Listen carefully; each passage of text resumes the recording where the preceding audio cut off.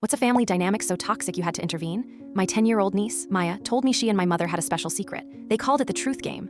My heart just stopped. I knew that game. My mother had played it with me my entire childhood.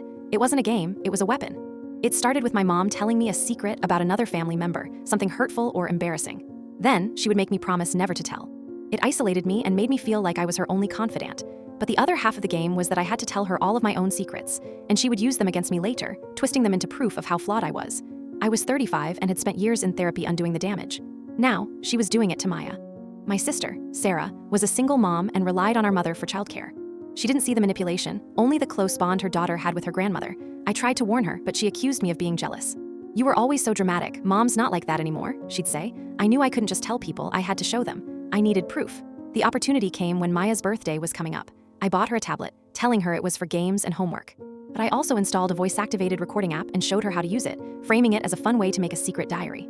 I told her to talk to it whenever she felt sad or confused, especially after playing the truth game with Grandma.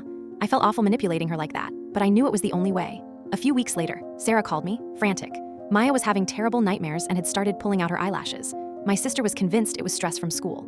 I went over to their house. While Sarah was on the phone with the school counselor, I asked Maya if I could listen to her secret diary. She handed me the tablet. I put in my headphones and listened. It was worse than I could have imagined. My mother's voice, sweet and poisonous, telling Maya that her mom was always so tired because Maya was a difficult child, that her dad left because he didn't want a daughter, that Maya was the only one who truly understood her. And then Maya's little voice, whispering after my mom left, "It's my fault Mommy is sad. Grandma said so." The climax happened at Sunday dinner the next week. The whole family was there. My mother started praising my brother's son for his good grades, then looked at Maya and said, with a sad little smile, "Well, we can't all be rocket scientists, can we, sweetie?" Maya flinched. That was it. I took a deep breath and stood up. "Mom, do you remember the truth game?" I asked. The table went quiet. My mother laughed nervously. "Oh, that silly thing." I took out my phone, which I had connected to the tablet.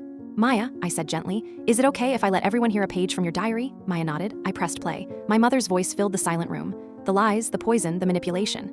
Sarah's face went from confusion to horror. She stared at our mother, who looked like she'd been slapped. She tried to deny it, saying I'd twisted her words.